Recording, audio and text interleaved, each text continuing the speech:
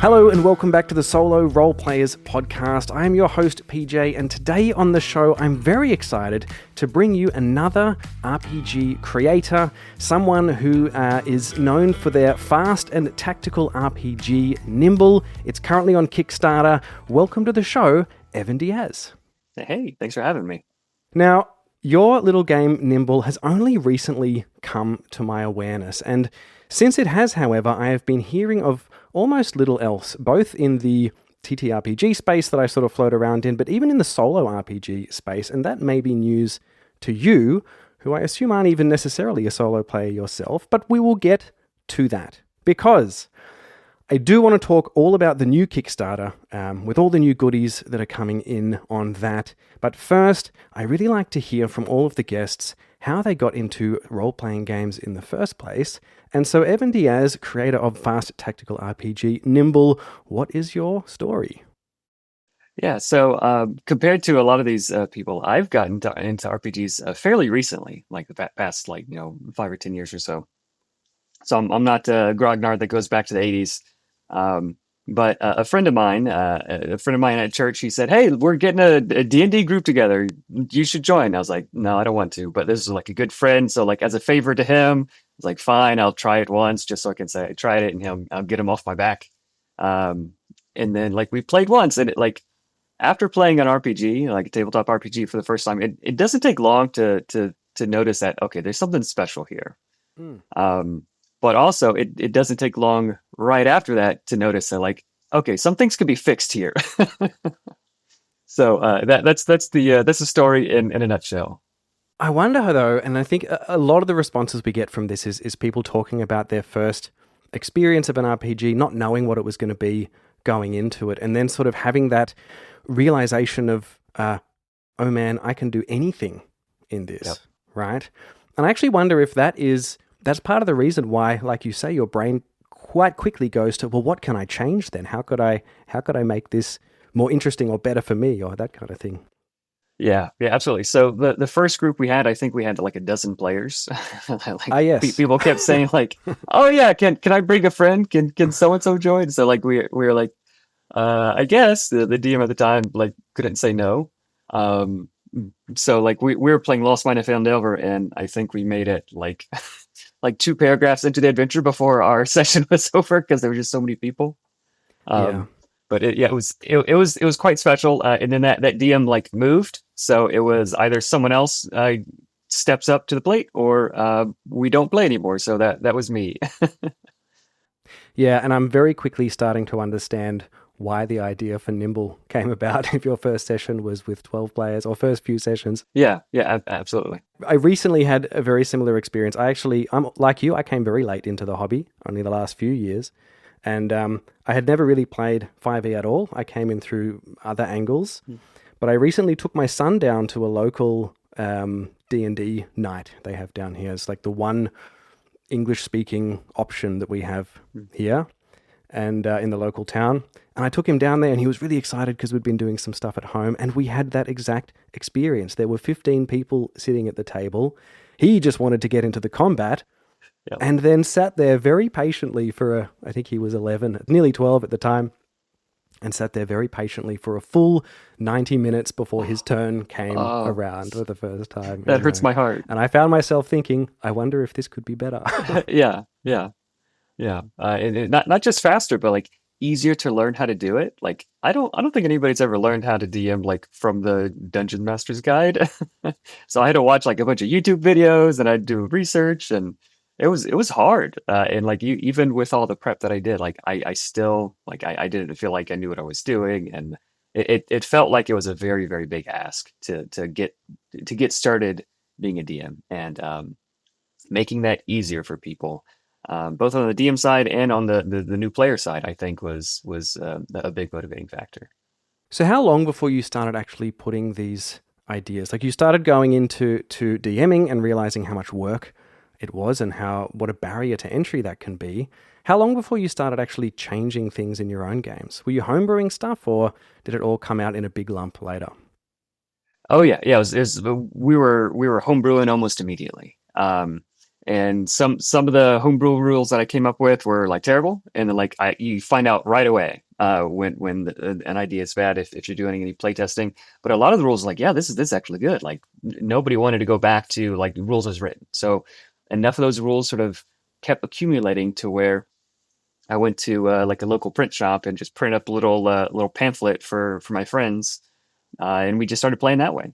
And then I figured, hey, if my tables like it, why don't I like give this away? So I uploaded, I think, to like one of the RPG websites, like just for free or whatever, pay what you want. Like nobody saw it. It's like, all right, nobody saw. Maybe I need to do a Kickstarter. Yeah. So that's how that started. I just wanted to sort of like get people to see it so that they can have more fun. So you were quite proud of it early on then. I mean, I liked it, and then pretty quickly, people sort of volunteered me to keep going. That's always encouraging. I just noticed on your looking through the Kickstarter page today, it says in your profile, designing for decades. What sort of designing have you been doing? So for a long time, I was a webcomic artist, doing cartooning and like all sorts of like other digital design stuff. So I'm just a designer at heart. I love to figure out how things work and how to make it better and how to make it make more sense and all of that kind of stuff. So that's just sort of how my brain works, and that kind of thing is really fun for me. So yeah, I've been doing various kinds of design for many years. Yeah. Yeah, cool. I can see that, and we come across a lot of these types of people, especially in the solo space, where we are sort of forced to hack into things quite a lot of the time, and so we do see that a lot, and it is a really fun part of the hobby. Let me ask you, and all cool if the answer is no, but were you sort of aware of the solo RPG space or playing RPGs solo? No, not until fairly recently, actually. And like once I heard it, I was like, oh yeah, that completely makes sense. That's a really cool idea. And people have already been hacking Nimble and playing solo, and it turns out that the system is like really well suited for it, even without any official rules. That said, there are some official solo rules coming for it, but just the way that it functions mechanically. It's just made really well for it, and multiple people on YouTube have been making videos. Oh, I'm playing Nimble solo, and here's how I'm doing it. So I'm working with some of those guys to make it official. Well, that is absolutely fantastic to hear from our side, of course. Tell me, how did the process go now from the very first published thing that you did? And I have a copy of this because I saw it somewhere. I don't even know. It might have been a secondhand shop in Berlin or something. And I saw it and didn't know what it was, and picked it up because it was small and cheap and had 5e on it. And I thought, oh, my son might like that, And I was running in his room to try and find it so I could hold it up, but I couldn't find it. Was that the original print release? I think so. Yeah. So it was like a dragon's tail in a stapled little little zine A5. So yeah, exactly. That's the one. What was that compared to what Nimble is now, and how did that journey happen? Yeah, so that was sort of the that was the first Kickstarter years ago. I just figured other people wanted to see these rules, so it was basically just a hack of 5e. Like, this is something that you like, a rule set that you play on top of 5e to make your 5e games faster, and you can like do it mid campaign. And it was just like a set of modular rules that you could use. And then immediately people, like I said, people were saying like, this is great, but like, what if we just got rid of 5e? Like, you need to keep going. Like, this should be its own thing. And I was like, no, I don't think so. Sounds like a lot of work. Yeah, that sounds like a lot of work. But eventually, people sort of convinced me to do that. And then it's every time I launch something new, it always goes bigger and faster and further than I expect. So that's pretty motivating to keep going. Absolutely. And then after that, you ran a Kickstarter for Nimble as its own RPG, right? Right. Yeah, that was on BackerKit, and that one did again way better than I could have thought. And we sold out last year, like not right away, but almost right away. So then I started planning this new one. So before we get into the new Kickstarter and the new content and what's being added here? What has led you to add those things? Just give us a quick, for those of us who might not be so familiar with Nimble, give us a quick overview of what it is in a nutshell. I mean, I said at the beginning, fast tactical RPG. What does that actually mean? Yeah, so fast means that if you could do something in one step instead of two, do it in one step. If something could just happen automatically instead of like rolling a bunch of things and checking charts and tables, like just let it happen. So thinking mechanically of this game as a tabletop game. Like video games, the computer can like handle all these different things, all these fiddly things, and all the different calculations and charts and stuff. Like computers can handle that. But with a tabletop game, it has to function at a tabletop first. So it's thinking, how can we do things in fewer steps? How can we do things in a more interesting way so that people don't have to sit around and wait forever? Like your son who like was sitting around for an hour and a half. Like I feel so sorry for him. He doesn't go back anymore. I wouldn't either. Yeah. And that's something that I hear a lot when people say, "Oh, I tried Nimble for the first time. I can't go back." So just to know, like, if you can imagine a movie that, like every 5 minutes, like an awesome movie, like every 5 minutes there was like 30 minutes of commercials. Like it doesn't matter how great the movie is. Like I'm turning that off after the first or second commercial.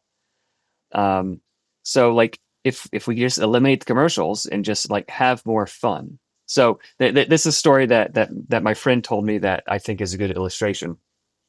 He saw his buddy with a big glass of milk, and he like ripped open a packet of powdered milk, and he poured the powdered milk into like the glass of milk, and he said like, what are you doing?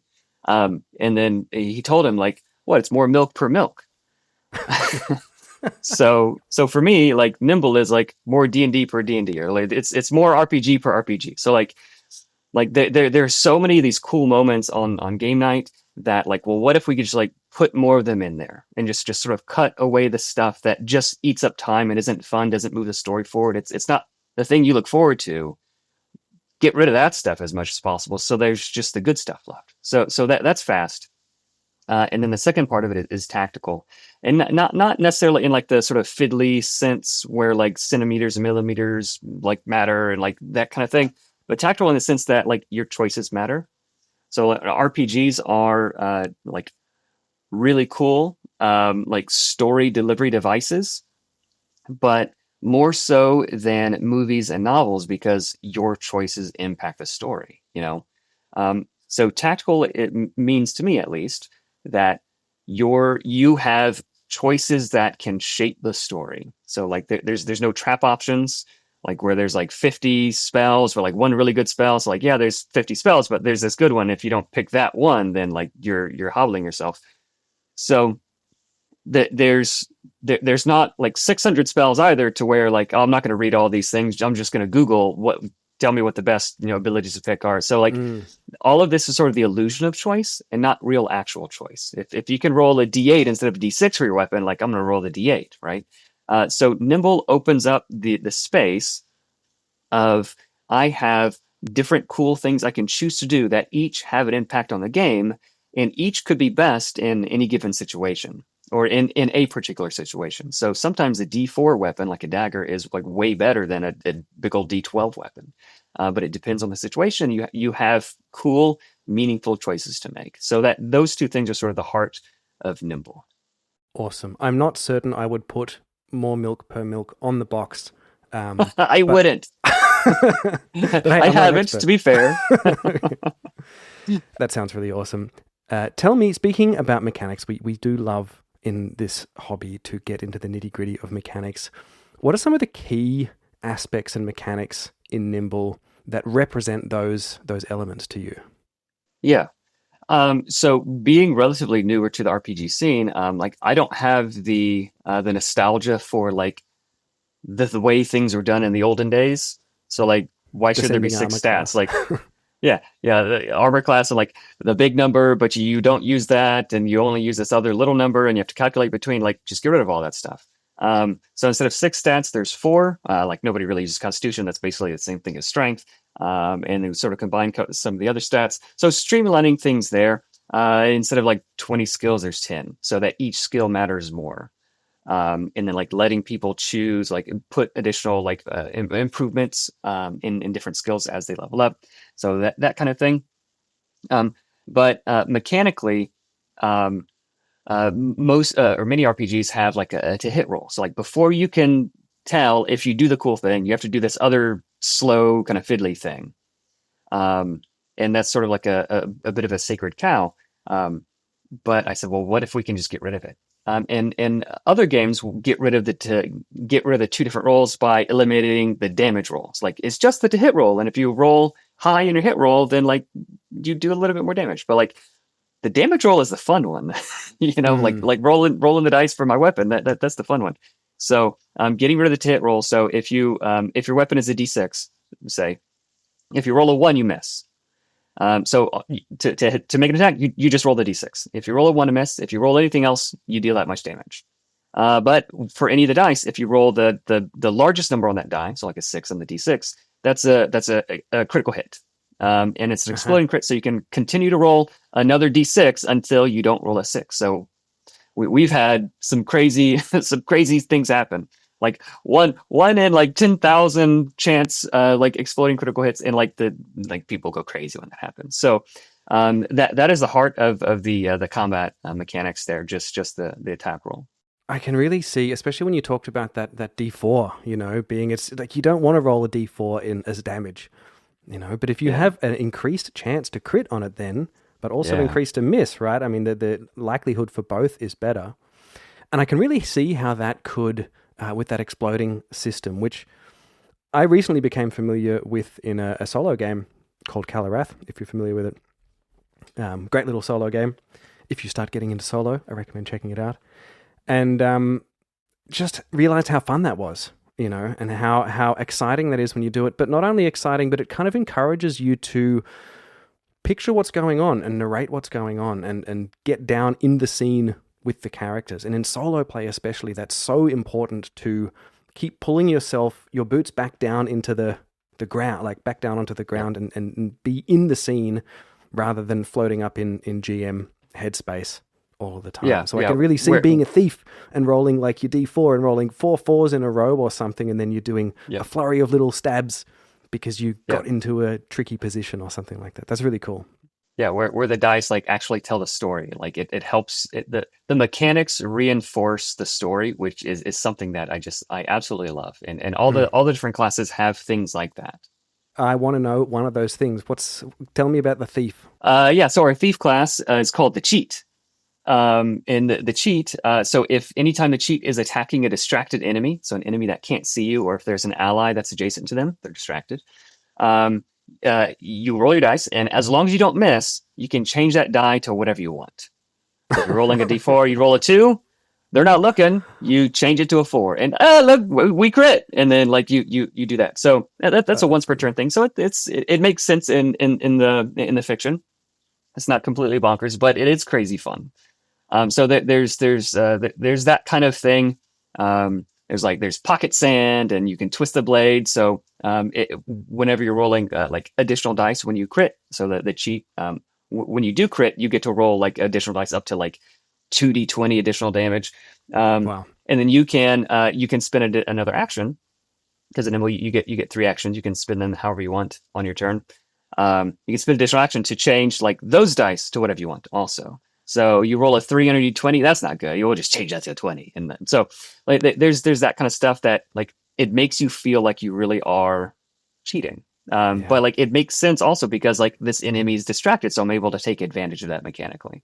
Yeah, that's great. And so it sounds like then the classes really feel different to play, which is really important as well. Yeah, that was really big for me. I really disliked when I was playing other games that like, oh, this class is like kind of the exact same thing as this class, but they just describe like the ability just called something else, but it's still just like D10 damage. Like that's not very fun.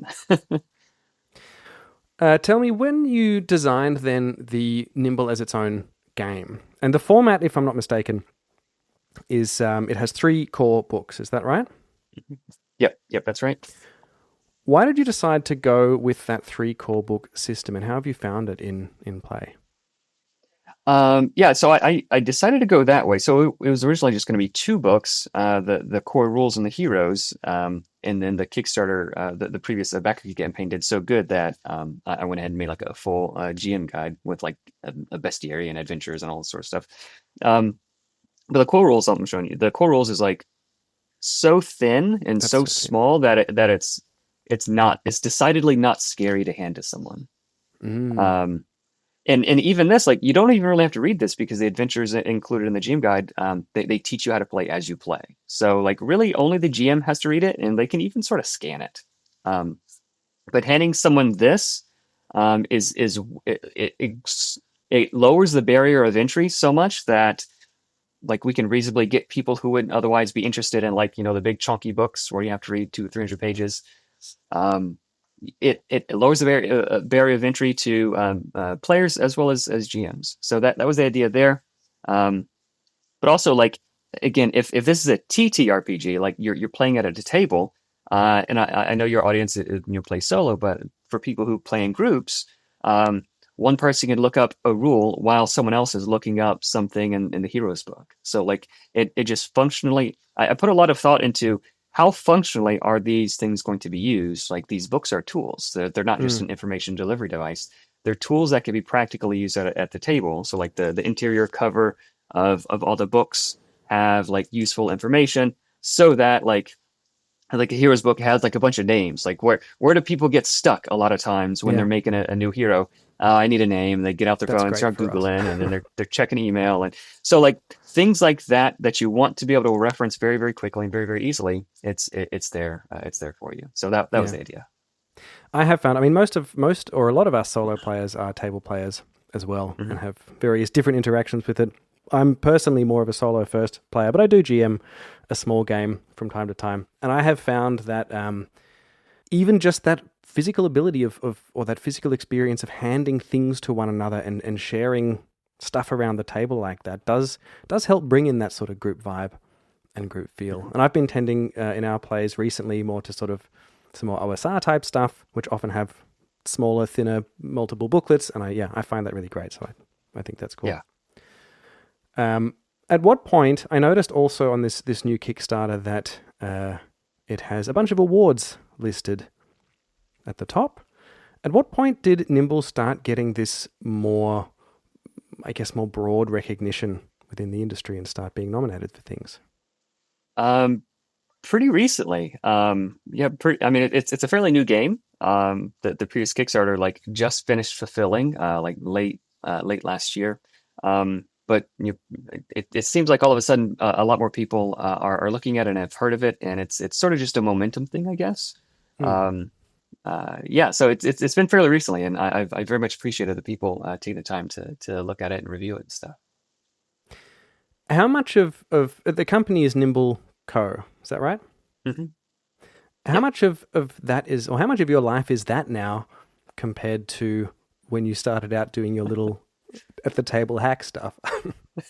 Much more.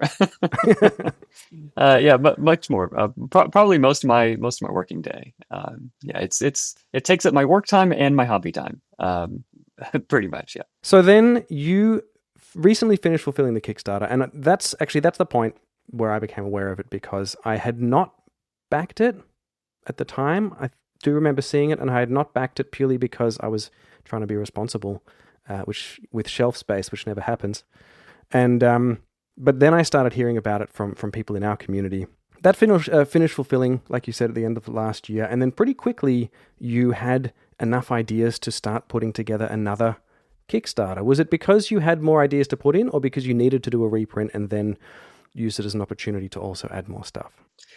So it was largely because between I think in February or March, the books were finished a year or two ago. My calendar is all messed up. I don't know when things happened. Yeah, I mean, but between when the original books were finished and sent to the manufacturer, there was many months. So people said, "Hey, how about some more monsters?" So I said, "Okay, sure." And they said, "Hey, you should start a Patreon." It's like, I don't really want to, but okay. And then so it was just new content that I've been developing since finishing the previous set of books, and people have been voting on the kinds of things they want to see. So that's where a lot of the new content has been coming from some of the ideas from the Patreon, and just from the community also. And I've been running a lot of design jams. So people in the community, so I say, hey, we're doing adventures, guys. Everybody, if you want, submit an adventure, and whoever wins, I'll give them some money, and maybe it'll be published one day. So we did design jams for adventures and monsters and some subclasses for the different classes. So different areas where there was a paucity or a lack of content for Nimble. So all the heroes, they have 2 subclasses, but so I said, hey, we should have more. So we did that. That's where a lot of the content is coming from. Would you mind going through for us then what is the new stuff that's coming up, or that is currently available to back in this new Kickstarter? What should we be getting excited about? Yeah, so the main chunk of it is a bunch of monsters. So in the GM guide of the existing books, there is like a mini bestiary. There's goblins and bandits, and like enough to play for quite a while. But the thing that people were asking for most was like, give me a ton of monsters to run, because the stat blocks in Nimble are like really actually easy to run for the GM and tactically interesting to fight against, and for the players. And for solo play, like it's really easy. Even like the solo legendary monster boss guy is easy to run and fight against, but is by no means easy to defeat. So like there's just mechanics built in that like when X happens, that it does this. So a whole bunch of monsters, new regular monsters and legendary monsters. And then what happens when you defeat that monster? Well, you need loot. Okay, so there's like, you kill the hill giant, you can roll 2d6, and you see what loot this hill giant had on him. So that's not something the GM has to come up with. But also for each monster, there's going to be tactics. So if you want to run this monster optimally, if you want to really make it hard on your players, like this ability combos with this ability, or this kind of monster works really well with this guy, and like they can do these different tactics. So that there's like tactical advice and quest hooks and all that kind of stuff. So that's the main bulk of it. But also there are 4 new hero classes. There's the Hexbinder, which is sort of like a hedge mage witchy kind of vibes. There's the Artificer. There's the Scion, and the latest one that was just announced as a stretch goal in this campaign is the Revenant, where like it dies and just comes back, and there's cool mechanics surrounding death and dying, and that one I think I'm most excited about right now. Maybe it's just because it's a recency bias, but I'm super excited about that one. There's a bunch of other stuff too, but that's the main part. That sounds very cool and unique. Yeah, I mean, just hearing what you said about the additions to the large monsters, the tactics, and the loot and stuff, those are all things that are really, really great for us. Just so you know, anything that we can roll on that tells us what the creature does or takes decisions away from the GM, or takes a load off the GM through use of tables and that kind of stuff, that's what we love to see. So it's sounding like you are continuing to accidentally design a great solo game along the way. Yeah. So like if you roll an encounter with like a hill giant, for instance, and you roll like an easy encounter versus this hill giant, you can use the easy tactics for this hill giant. If you roll a hard encounter with the same monster, then you can use the other tactics. And like, well, this is what I have to do. So yeah, a lot of that stuff is being built in already. It's for group play, but it just so happens to work wonderfully for solo play. Something else that is particularly good for solo or duet play. Because a lot of the fun in Nimble comes from like the teamwork aspects of things. There's a new thing called companions, adventuring companions, where you can have an owlbear, you can have a dog, or you can have like a hireling, some other person adventuring with you, and it is like a very simplified stat block that similar to monsters. Sort of like halfway between a monster stat block and a hero. So it's not as fiddly to work with as like running two full heroes with two separate character sheets. But it allows you to have like the back and forth and the tactics between like this a couple of friends, for instance. So that kind of thing is really designed with solo play or duet play in mind, but also like with groups, like, you get sent on a quest to go kill the owl bear, and there's always going to be someone who says like, well, what if I feed it and talk nice to it, and can we keep it as a pet? And like, okay, well, here's a stat block for that, and it's something that levels up with you. Like every time you level up, it gets extra hit points, and it's something that is just done for you already, so you don't have to really wonder what it would be like if this orc decides to join your side instead of fight against you. Yeah, and I guess as a GM as well, it makes it easy to just say yes to those things rather than think, oh man, then I have to come up with rules or juggle the whole other thing. Yes, absolutely. From a design point of view, with this second, is it a reprint of the original stuff or a second edition? Not a second edition. This is a reprint and expansion is what I'm calling it. Okay. So the original books that people just got, they're still just as good as they were before. So nothing is out of date. This is just reprinting those and then updating or expanding with new content. Yeah, so original backers can still just go in and presumably just get the new stuff. Yes, they can get just the new stuff. Yeah, I would hate for someone to have to go in and like rebuy something that they already have. Like that's incredibly annoying. Yeah, no, right there with you. Last thing about the Kickstarter that I wanted to ask about, what is a particular thing or item or add-on or something like that in the Kickstarter that you're most excited about? Yeah, I'm really excited about the dice. That's my answer too. I wasn't really originally planning on dice, but like for the last campaign, I really wanted to do some dice, and I wasn't really able to do that. But this one, it is. I'm able to do that. So I've got some. I'll show you, but I can describe them. So like the highest, so they're black and gold dice, so like matte black, and then the highest face is reversed, so that like the it's super clear, like when you crit, when you roll the highest. Nice. And then since you miss on a one, the one's face is just blank. Awesome. So just like really cool ways to even speed up, like being able to recognize when you miss or when you crit at the table when you're playing with others or when you're playing by yourself. Just little things like that. I'm thinking of how can we speed up and remove all the little bumps in the way that sort of sap our mental juice, so that we can save our bandwidth for like doing the fun stuff. Like super high visibility dice that look nice, and you can tell immediately what happened. I'm really into that idea. I mean, we all love sort of custom dice, but when they're actually functionally a little bit different and sort of tie into that game and have a bit of design thought behind them rather than just cool colors, that is awesome. Yeah. And I would like to add the thing that excited me most about the dice, which is on my list of when just looking through it now excited me, is that the D4 is not a triangle. And there are not enough D4s that are not triangles.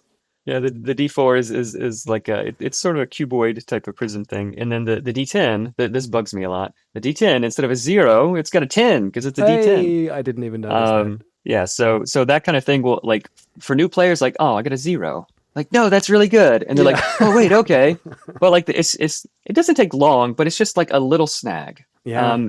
And like, if there's like a dozen of those or 2 or 3 dozen of those in a session, like, it saps a little bit of the energy. So I think of things like even that minute of how can we make things better and not waste someone's time.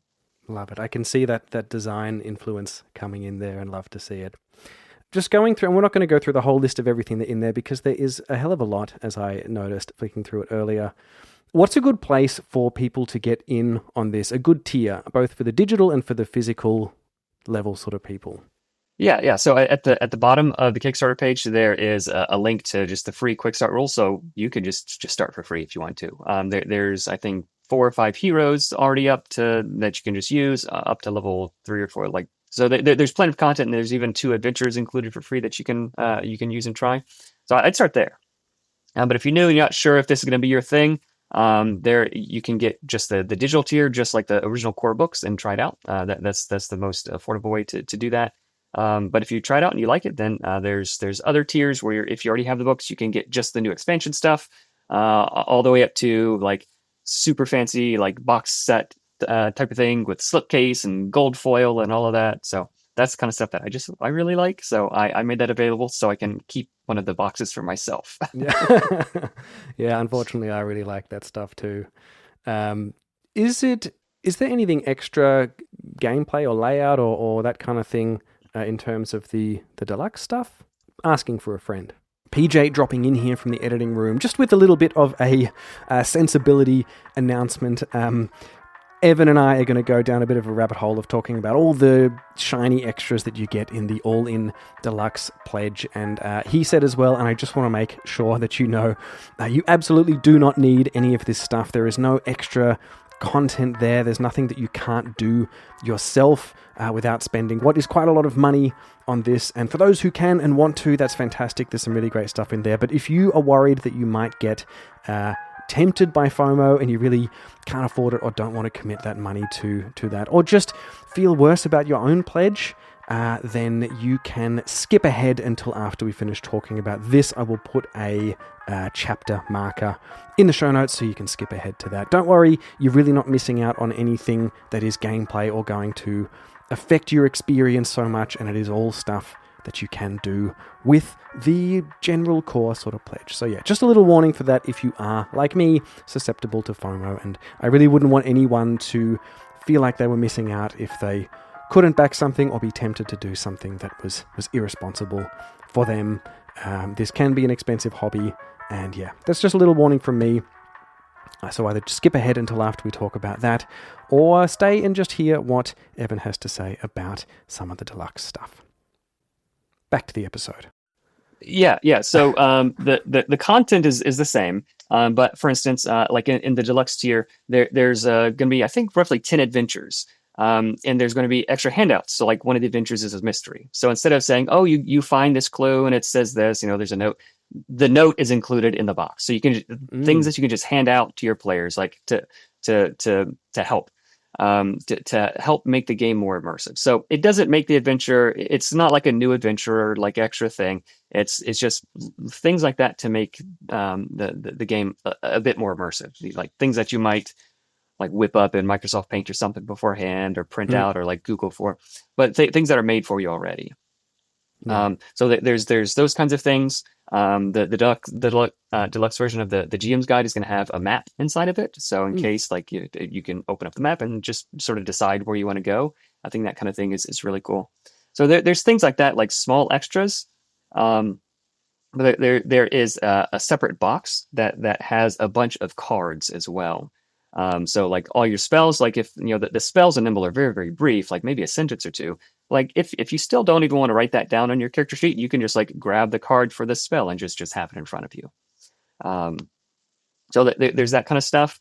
But I think possibly my favorite thing is that there's action cards.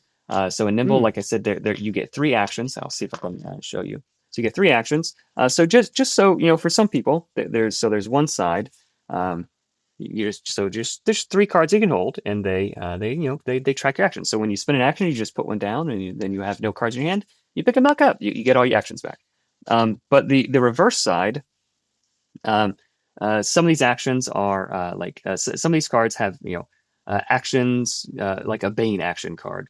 And there's a regular one, and then there's one that is an inspired action. So basically, like one of your 3 actions is like not as good as the others. One is normal, and then like the third one is like very, very good. So if you discard this card to defend, if you use the inspired action, you get extra defense on that one. If you discard the bad action to move, like you can't move quite as far. So it's not power creep, but like it gives a little cool thing and takes away a little bit at the same time, so that you have a little bit more. It's like that kind of scratches my tactical brain in a really fun way. Yeah, that's where interesting. Like if I think intelligently about this, I can eke out a little bit more cool tactical choices.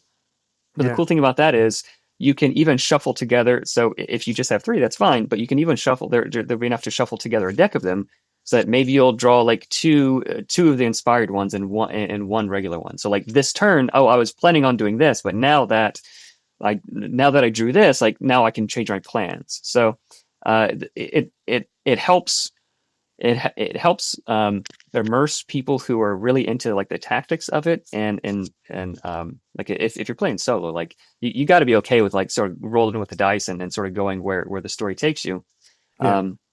Like what's happening in the story to where like this turn I am like doing way better or way worse than I normally would do. And I think that kind of stuff is really, really interesting. It adds some more variability so that it gets away from like the video game, like World of Warcraft. Like, here's my rotation. I always do this attack, and then I do this, and I do this, and then things like it becomes solved, right? So the more variability that you can have, I think that the longer it will stay interesting, and the more the story can be immersive as well. So it's sort of just like an optional rule. You don't have to use these, but if you want to have like a few more little wrinkles, those action cards are included in the extras box. And of course, you could just make up a couple of cards on paper with a big X and a little X and whatever, and make that work for yourself. Yeah, I do think it's important to point out here, and you very clearly state it in the pledge levels, that the big deluxe all-in tier, you don't need this. Yes. I think that's the first sentence. It says you don't need this. Yeah, you don't need this, but if you're going to get a few hundred hours of enjoyment out of this hobby, then yeah, maybe you can justify it. But yeah, if you're going to put yourself in a bad position, no, just use the free rules and have fun. Yeah. Back responsibly. I'm not out there to encourage people to spend more money than we already do on this wonderful, but often, by the look of most people's shelves behind them, overwhelming amount of possibilities. There are more expensive hobbies. I know people who are like into like restoring BMWs and stuff. So like it could be worse. But yes, please be responsible. I came from guitars and audio equipment, so this is a much more affordable hobby for me as well. Yes. And I always, with the guitars, I always told my wife, well, it could have been cars. Or boats or planes. Or boats. Yeah, exactly. Now, you mentioned, and I don't know if you're able to talk much about this, but you mentioned that you have recently become aware and been talking to a few people about some solo-specific, official solo stuff. Is there anything you can leak to us about that? Because we're your audience. Yes. So it's actually pretty far along. So it is a stretch goal that's coming up, and I think by the end of this week, it's going to we're going to hit that stretch goal. So like we've already been planning ahead for it. It's very far along. So someone just emailed me out of the blue one day, said, "Hey, I made this video on Nimble about how I did a solo campaign." I was like, "Wow, that's super cool. How'd you do it?" And like so, we talked for a while, and then I said, "Hey, would you like to work with me on like making an official solo thing?" He said, "Sure, but actually, I got a lot of these ideas from this other guy, so we should pull him in too." So if I remember the names, I'd tell you, but I forgot the names. So I've got two of the smartest minds in the solo RPG space helping me with it, and then something that I'm going to announce a little bit later today is the Kickstarter campaign's collaborating with another creator at Cross Paths, who's launching his own campaign today. He has released, I think, 4 or 5 or 6 different solo RPG games, and he's sort of like the expert in it. His name is Ash. He's releasing Legends of Akaroth today, which is like another like JRPG, like Super Nintendo era, like pixel art solo RPG. Like it's just like super cool. Like if you've ever played Final Fantasy or like Dragon Quest or something, like there's a solo RPG of that. So I'm going to be in touch with him about how to make this as good as it possibly can. So I'm really excited about it. But more to come soon. Fantastic. That is absolute music to our ears. Finally, do you have, you're deep in getting this campaign sorted and through and stretch goals and starting to figure out, oh my God, how much work am I going to have to do now after everything I've promised, I assume. Are you already thinking about future content and future support for Nimble? And if so, what are some of your ideas? Yeah, I would love to have like a full like campaign length adventure. That's something that I'm already noodling on. So like whenever I would see like a new like D&D adventure, like, oh, this looks so cool, like I'm super excited about it, and then I open up the big book and like it needs hours of prep to make it usable, at least for me. I really hate that. So I would love to have like a full length from like level 1 to, I don't know, level 12 or like higher, like a full campaign style adventure, maybe a little bit sandbox style, so it's a little bit freeform, but something like that to where It's easy to prep and fun, and the choices that the players make matter. And I'd love to do something like that. So that's pretty close to the top of my list right now. Fantastic. That sounds absolutely wonderful, and probably you will accidentally or even intentionally now make it great for solo play as well. Yes. Evan, thank you so much for coming on the Solo RolePlayers podcast today. People can find you, first and foremost, if you're interested in this, go to the Kickstarter. It will be easy to find, but I'll also put a link in the show notes. You mentioned you have a Patreon. I can put that up as well. Is there anything you want to say about that? No, it's $3. So the Patreon, I wanted it low enough to where it's super low stakes for me, but people have really been enjoying that. So that all of that goes to commissioning artists to buy new art. Basically, is where that goes. Real human art is very important. Yes. And is there anywhere else that people should look for you on the internet if they want to find out more? Yeah, we've got the Nimble Discord. If you go to nimblerpg.com, you should be able to see most of the stuff there. That's where all of the latest and greatest is. Wonderful. Thank you again so much for coming on the show. I'm now really excited about this. And as I like to do, one of my reasons for getting people on the show, I've learned more about something I'm interested in. And I'm now going to look more closely at that Kickstarter and see what it is that I want in my life. Yep. In Nimble RPG. Thanks, Evan. It's been a really great time. All right. Thank you, PJ.